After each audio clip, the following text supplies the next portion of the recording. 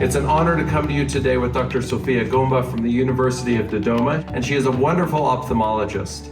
We're here to tell you a little bit about why we love global ophthalmology. Global ophthalmology helps to develop and upgrade the ophthalmologist's capacity to provide more better services, even in a limited environment like Tanzania, for patients' good outcome. So no matter where your path takes you, whether you're doing global ophthalmology in your backyard or somewhere far away, we all can do more to improve global eye health for others. And thank you, Sophia, for being such a great partner. Thank you. Hi, my name is Ashley Brunheisel. I'm a cornea and refractive surgeon at Mayo Clinic. I'm so passionate about global ophthalmology that I did both a fellowship in global ophthalmology as well as a master's in public health and eye care at the London School of Hygiene and Tropical Medicine. Currently, I'm working on expanding our department's involvement in global ophthalmology and outreach, as well as evaluating and co-creating a curriculum for global ophthalmology fellowships. As a cornea surgeon, I'm also interested in keratoconus in sub-Saharan Africa. Specifically, I would like to do some implementation research looking at cross-linking in this population. Lastly, I think that it is so important to take care of our own population. We have people in our own backyard that need help, and this is where being an advocate is so important, and actually where mid-year forum and global ophthalmology collide. Currently, I'm completing a research year working on global health initiatives with the Himalayan Cataract Project under the mentorship of Dr. Jeff Table. For the past 7 months, I've been living in Kumasi, Ghana, where I've had the privilege of working with local ophthalmologists, residents, and staff at the Komfo Anokye Teaching Hospital. So far, I've attended 6 cataract outreaches, where I've interviewed patients to assess the economic impact of cataract surgery. As I learn about the burden of blindness on each of these patients and their families, it's hard to fully grasp the immense positive effect of all 4,800 surgeries performed at those outreaches. I've also helped to develop a fundus camera-based screening program for diabetic retinopathy that involves nurses as image graders. Our initial study involved over 1,000 eyes, and once the screening program is established in Kumasi, we're expecting to screen over 10,000 eyes per year. Just last week, we screened a cheerful 50-year-old woman with proliferative diabetic retinopathy in both eyes who had never seen an eye doctor. We were able to refer her for laser surgery, preserving her vision for years to come. With global ophthalmology, we tend to think of working with colleagues in low to middle income countries, helping them with skills transfer and education. But there's a lot we can learn from them as well. We call it frugal innovation, where low resource countries have to figure out how to be more efficient and to reduce waste. People like the Irvin Eye Hospital System in southern India, been working with them for 2 decades now, and they give us a blueprint of how to reduce unnecessary waste and to practice more sustainably. Global ophthalmology to me is multifactorial in its meaning. It allows me to get back to the basic principles of why I got into healthcare, medicine, ophthalmology, which is restoring sight to those who need it, oftentimes without having to worry about some of the bureaucracy and red tape that bogs us down here in America. Some of the most meaningful moments to me this past year have been with patients who otherwise in their country would not have been able to receive corneas and cornea transplant.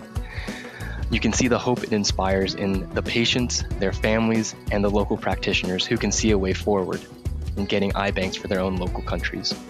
I'd like to thank the Academy for organizing these communities of global ophthalmologists who can share best practices so we can do the best of our abilities. Thank you so much. Hi, my name is Scylla Ball. I'm a cornea and refractive surgery fellow at Massachusetts Eye and Ear in Boston.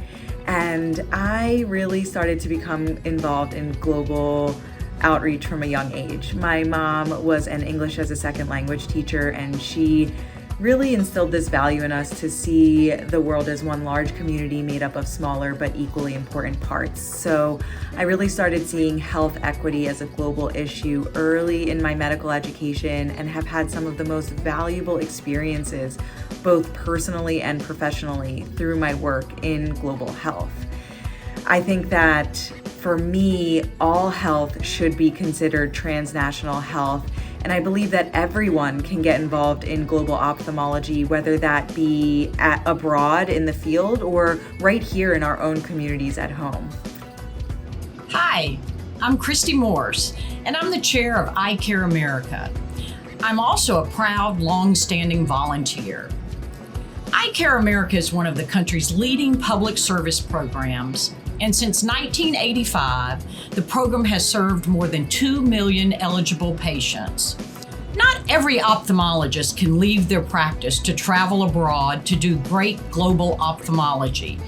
And Eye Care America gives you an opportunity to serve right in your own office during your normal working day. We usually think of a mission trip as leaving the country, but there are many patients right in your own community who need your help. It's easy to incorporate this into your daily practice, and I promise that you will feel good by taking care of disadvantaged and enormously grateful patients through Eye Care America. It's an extremely satisfying way to help protect sight and empower lives for members in our local communities. Hello, it's Jeff Tabin from Stanford University. I coordinate our Global Ophthalmology and Global Ophthalmology Fellowship. But all ophthalmology is global ophthalmology. You know, every person on our planet, it's such a privilege to take care of their eye disease. But I do remember the first time I saw the miracle of cataract surgery on totally blind people in Nepal. I was working at a remote hill hospital, and it was amazing, this crazy miracle. People shriveled, waiting to die. And at that time in Nepal, it was accepted that people get old, their hair turns white, their eye turns white, and then they die. And I watched a Dutch team come in and do cataract surgery, and I went, wow, these people just went from depressed, waiting to die, a Nepali expression for a blind person is a mouth with no hands, to all of a sudden being contributing members of their society.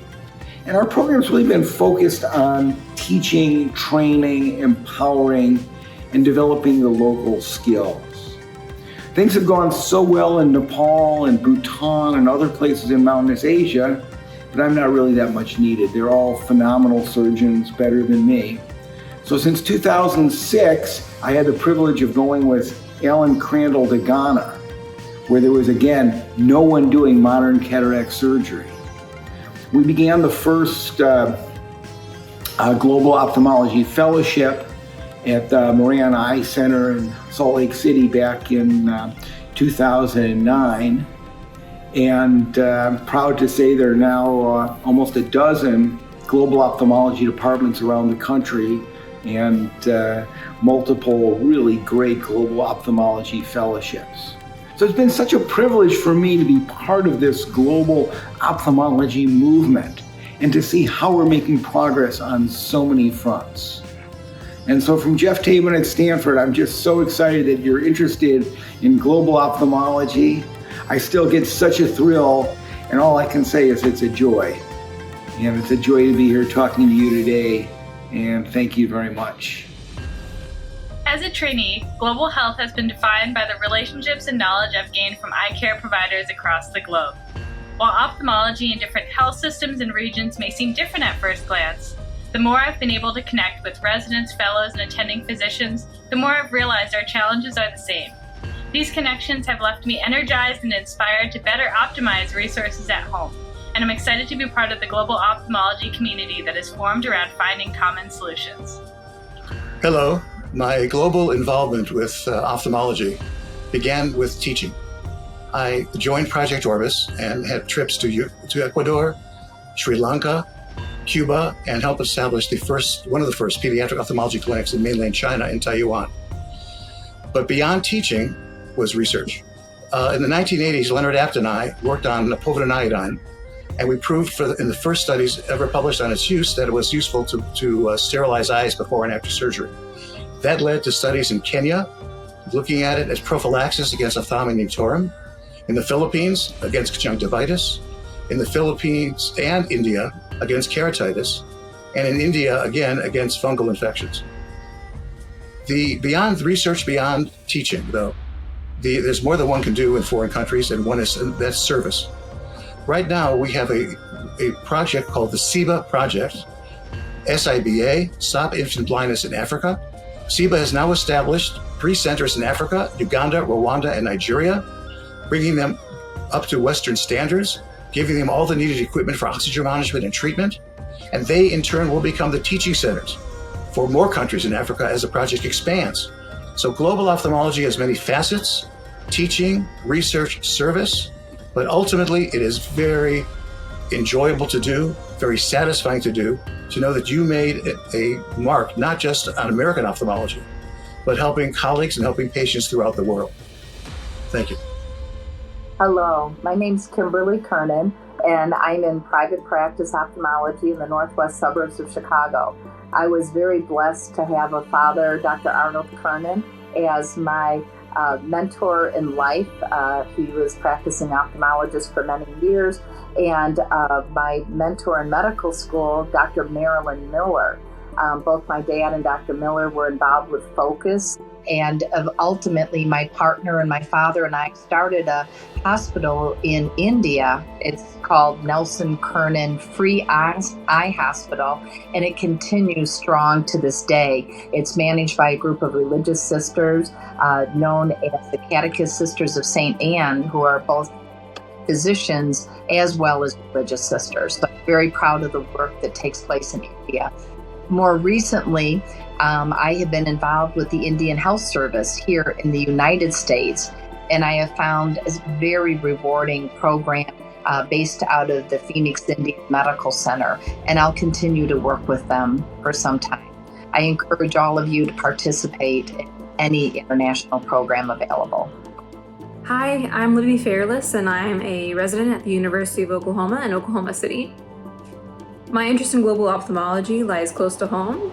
As a member of the Choctaw Nation of Oklahoma, I'm passionate about ending the health disparities that are facing Native Americans here in the United States.